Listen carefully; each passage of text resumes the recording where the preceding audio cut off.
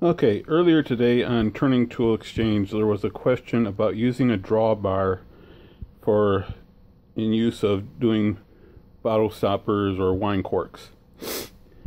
This is my method for using a drawbar. It uses a collet precision grade from MSC. The part number is 09732249. It's a 3/8 number 2 Morse taper collet. Now what I do is I pre-drill my blanks and glue in the dowel rods. Whether I use Gorilla Glue or yellow glue, either works fine. Now I have a piece of threaded awl rod. It's threaded to match the threads on the back of the collet.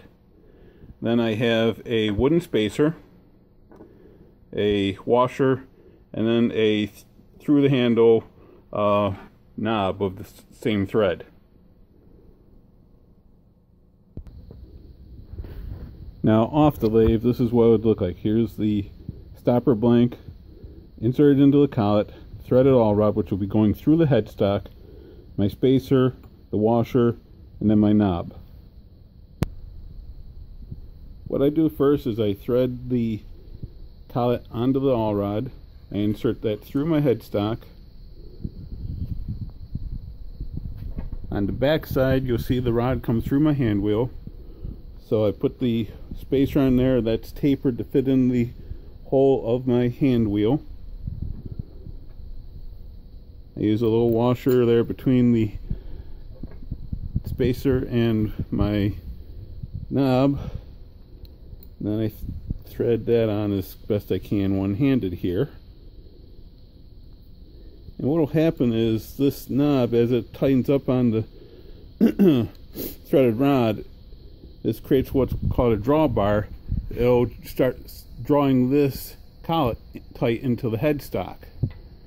Now when that happens, it basically compresses down on the collet, which compresses down on the dowel rod, and because it's fitted for the right size, it's not going to mar the dowel rod at all. What I do is I like to leave a little space between the collet and the blank. This allows me to true up the bottom of the blank first. But insert that, then I'll start basically tightening this up, and if you look, you can see that it actually starts drawing it in.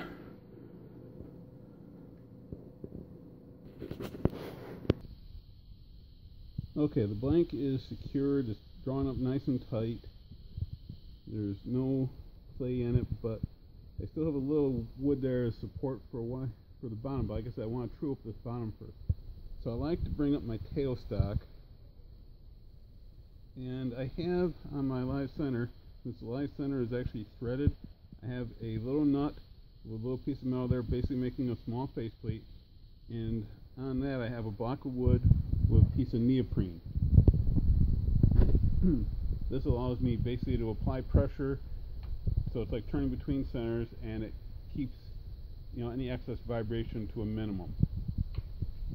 So I lock that in, just give it a little tightening of the hand wheel, lock it down. Then basically I would now turn this and turn the bottom first. I'm not going to turn it today because the glue is separated just a little bit on the faceplates. I got to re-glue it. It's been a few months since it's used or longer.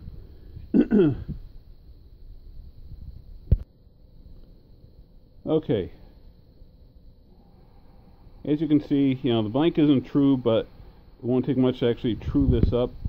The pad is keeping pressure on the piece, so there's no vibration. So right here I'd actually take and I'd start to true up the bottom. After I true up the bottom, I'll actually stop the lathe, I'll loosen the drawbar, and then I'll tap the Bottlestopper blank fully into the collet to fully secure it, and then start turning the rest of the body of the Bottlestopper. Now at this point, once I get this portion of the Bottlestopper turned, I can actually take the tailstock away, and that'll allow me to turn the top, and I'll leave no marks. I'll do that for another video when I can actually have something to hold on to the camera here instead of doing it by hand.